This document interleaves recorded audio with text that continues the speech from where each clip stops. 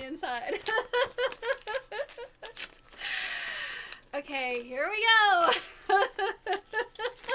Wish me luck.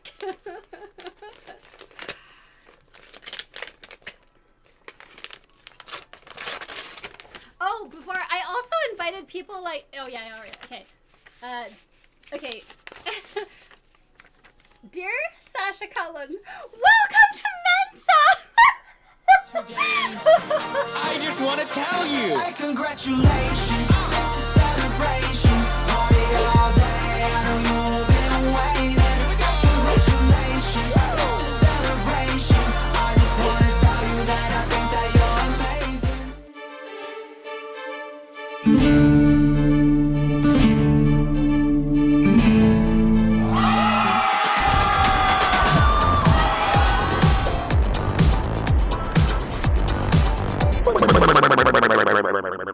Oh, hi. I was just doing some Orphan Red research, you know. Today we have something fantastic. It's Orphan Red joining Mensa!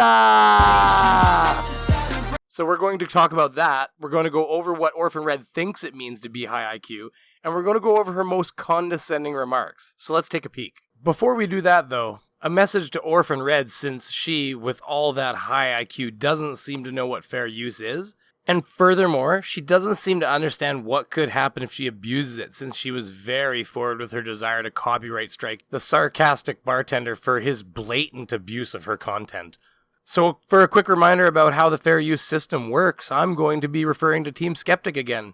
Take it away, Team Skeptic. The other day I was hit with a false copyright claim by a flat earther. Orphan Red. Apparently, he didn't like being called an idiot. Orphan Red. In the United States, we have the luxury of being able to voice our viewpoints in a relatively unlimited fashion, even if those viewpoints are controversial, objectionable, or even totally incorrect.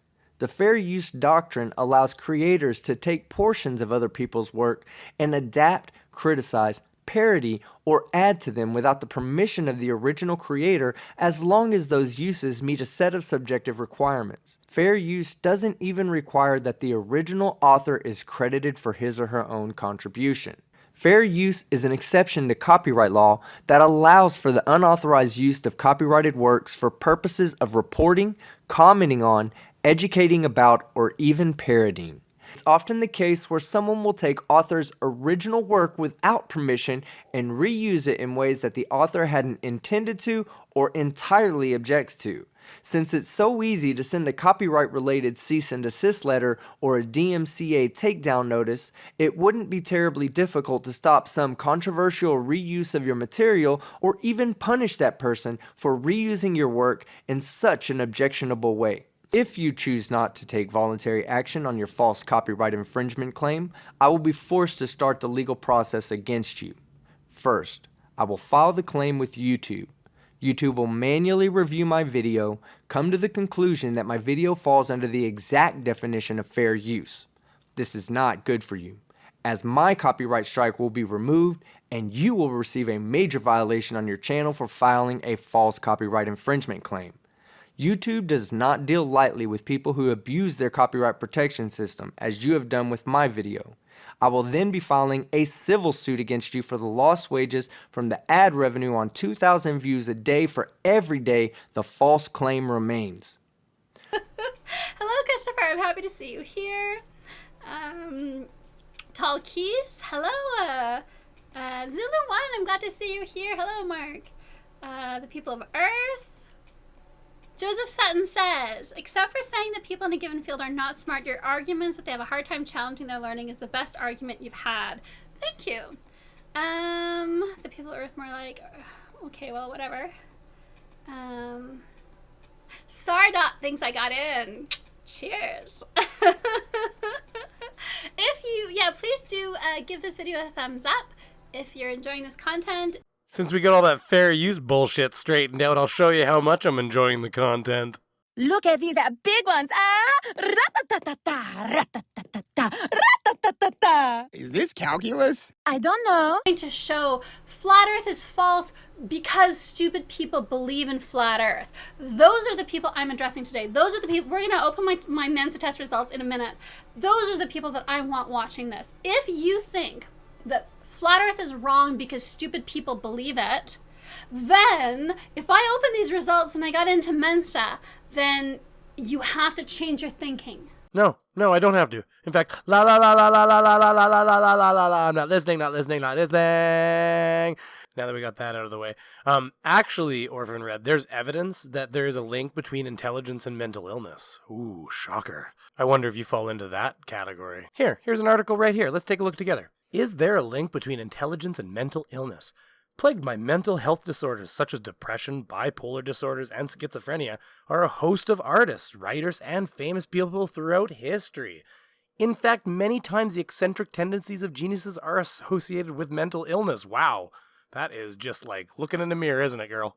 An article in the Medical Daily titled, "Why Smarter People Are More Likely to Be Mentally Ill" claims over 30 studies have documented the connection, concluding, affecting some 2.5% of the US population, bipolar disorder alone has touched many of our greatest achievers, including Vincent van Gogh, Buzz Aldrin, Emily Dickinson, and Ernest Hemingway. Because I know that when I listen to the troll videos and the troll streams, the level of discourse is so uninteresting to me, and it's so unintelligent, and it's so unstimulating that I have no doubts that I'm significantly more intelligent than all of those people. The non sequitur show guys, I can't even listen to little bits of their show. I listen. Orphan Red is right. We're not giving her the credit she deserves, damn it. Now let's open those results. I'm sick of hearing her pretend she didn't slice open the mail and check in advance. Clearly, Mensa members aren't top Actors Guild members, too. Yeah, anyway, you can see part of it. You know what? I'm going to open it because it's going to be on the inside. What now? I'm going to go talk to the authorities. You guys just watch this for a minute and try not to touch anything. Only have to put the pride on the line. For women, it's the biggest question of all time. Could it be Dolly's found the key and don't realize the... Alright, I'm back. What were you watching? Anyways, Orphan complained to the Funbag police and they told us that we aren't allowed to use her Mensa unveiling, so we have a dramatization of the events for everyone. Hello, oh my, we're gonna find out if I got into Mensa. Oh my, who did you think I got in? I've got the results right here. Oh my, I hope I'm not showing anything. Oh, my address and stuff. Okay, let's try to find out what's happened here. Oh my. Dear Beaver, welcome to Mensa.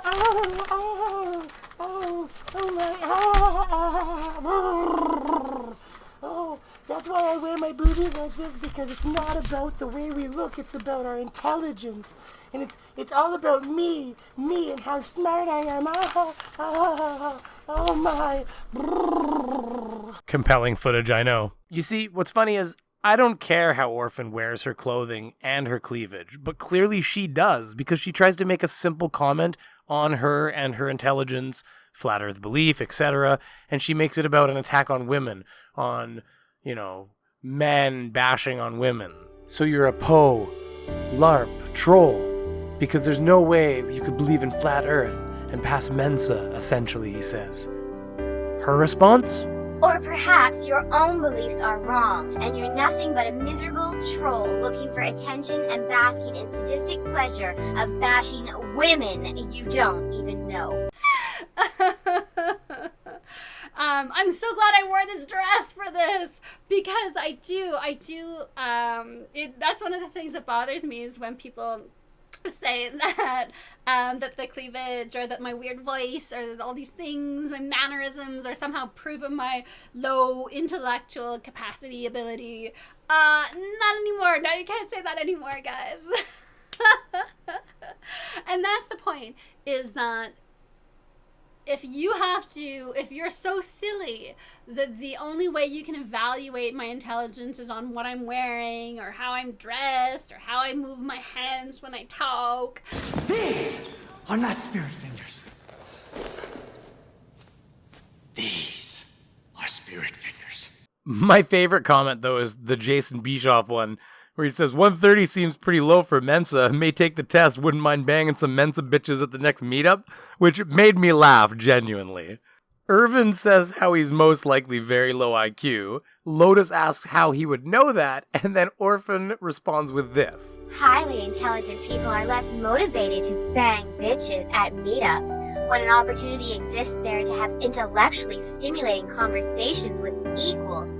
A rare gift for people who are 2 or more standard deviations above the norm for intelligence. And this is where it gets good, because Mike comments with, you've apparently never been to any Mensa gatherings. That is to say, the only difference between Mensa and anyone else is their IQ. And Orphan's response is awesome. Very highly intelligent people are not like you, Mike. Don't try to assume things about a group you've never belonged to. Oh, but if any of you were reading ahead, see, she deleted a comment, which is intellectual dishonesty. And we know that the flat earthers are all very guilty of that, aren't they? If you read the comment, which I'm just going to pop up on the screen, feel free to pause, you can see that Mike there is actually a Mensa member, 99th percentile. And so she can eat shit. Hold on. I'm told we have another dramatization of her moments, just moments before she read the comment that Mike left that she deleted.